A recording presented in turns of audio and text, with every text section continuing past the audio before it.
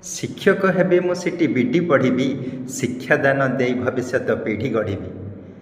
ଶୀତକାଳୀନ ବିଧାନସଭାର ଅଧିବେଶନ ଚାଲିଥିବା ସମୟରେ ଶିକ୍ଷକମାନଙ୍କର ଆନ୍ଦୋଳନ ଦେଖିଲେ ଯେପରି ମନେ ହେଉଛି ଏ ବିଚିତ୍ର ଶିକ୍ଷା ବ୍ୟବସ୍ଥାର ବିକଳ ଚିତ୍ର ସ୍ପଷ୍ଟ ବାରି ହୋଇପଡ଼ୁଛି। ତେଲିଆ ମୁଣ୍ଡରେ ତେଲ ତ ଏଠି, ନୁଖୁରା ହେଉଛି କଲବଲ। କିଏ 40ରୁ 50 ହଜାର ମାସିକ ପାରିଶ୍ରମିକ ପାଇ କହୁଛି ମୋତେ ନିଅଣ୍ଟ ତ, କିଏ ବାପାଠୁ 5-10 ଲକ୍ଷ ଲଗେଇ ପାଠ ପଢ଼ି ଆଜି ବି ବିବାହ ବୟସ ଆସି ଉପନୀତ ହୋଇଗଲାଣି, ନା ତାକୁ ଚାକିରି ଖଣ୍ଡିଏ ମିଳିପାରୁଛି, ନା ତା ପାଇଁ କନ୍ୟା ଖଣ୍ଡିଏ ଯୋଗାଡ଼ ହୋଇପାରୁଛି, ନା ତା'ର ଭବିଷ୍ୟତ ପାଇଁ ବିକଳ୍ପଟିଏ ସାଧନ କିଛି ସେ ଖୋଜିପାରୁଛି। ତେଣୁ ଇଏ ବିଚିତ୍ର ବ୍ୟବସ୍ଥାର ଇଏ ବିକଳ୍ପକୁ ଦେଖିଲେ ଯେପରି ଲାଗୁଛି ସତେ ଏଠି ଯେପରି ବେକାରୀ ବେକାର, ଆଉ ଯିଏ ପାଉଛି ତା'ର ସବୁଯାକ ଏଠି ନିଜର।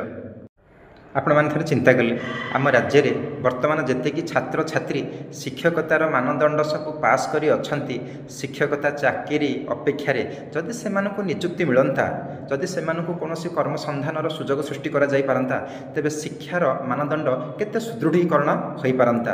କିନ୍ତୁ ନା, ଏଠି ସେହା କରାଯାଉନାହିଁ। ସତେ ଯେପରି ଏଠି ଆମର ମେଧାବୀ ଛାତ୍ରର ଅଭାବ ପରିଲକ୍ଷିତ ହେଉଛି। ଆମେ ଏଠି କ'ଣ କରୁଛେ, ଅତିଥି ଶିକ୍ଷକଙ୍କୁ ପୁନଃ ନିଯୁକ୍ତି ଆମେ ଦେଉଛେ। ୟାଦ୍ୱାରା କ'ଣ ହେଉଛି, ଏଠି ଜଣଙ୍କର ଆର୍ଥିକ ଅବସ୍ଥା ସୁଦୃଢ଼ୀକରଣ ହେବା ସହିତ ଯେଉଁ ଛାତ୍ରଛାତ୍ରୀ ପିତାମାତାଙ୍କର ଅର୍ଥରେ ସେମାନେ ପାଠ ପଢ଼ି ସେମାନଙ୍କର ସାର୍ଟିଫିକେଟ୍ ହାସଲ କରିଛନ୍ତି, ସେମାନେ ବେକାର ହୋଇଯାଉଛନ୍ତି। ସେମାନେ ସବୁ ସମୟରେ ମନସ୍ତାପ ରହୁଛନ୍ତି, ଚିନ୍ତାଗ୍ରସ୍ତ ରହୁଛନ୍ତି ଯେ ସେମାନେ ଭବିଷ୍ୟତରେ କରିବେ କ'ଣ। ସେମାନଙ୍କର ବୟସ ବଢ଼ିଯାଉଛି, ସେମାନଙ୍କ ପାଖରେ ସରକାରୀ ଚାକିରି କରିବା ପାଇଁ ବୟସ ବି କମ୍ ରହୁଛି। ତେଣୁ ସେ ଅଙ୍ଗନବାଡ଼ି ସ୍ତରରେ ହେଉ, ଯଦି ମେଧାବୀ ଛାତ୍ରଟିଏ ନିଯୁକ୍ତି ପାଇବ, ସେ ଶିକ୍ଷାର ଗୁଣାତ୍ମକ ମାନ କେତେ ବୃଦ୍ଧି ପାଇବ।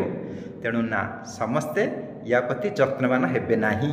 କାରଣ ଏଠି ସମସ୍ତେ ଚାହାନ୍ତି ଯେ ଯିଏ ଖାଉଛି ସିଏ ଖାଉ, ଯିଏ ଭୋକିଲା ରହୁଛି ସେ ସେମିତି ଉପାସେ ରହୁ।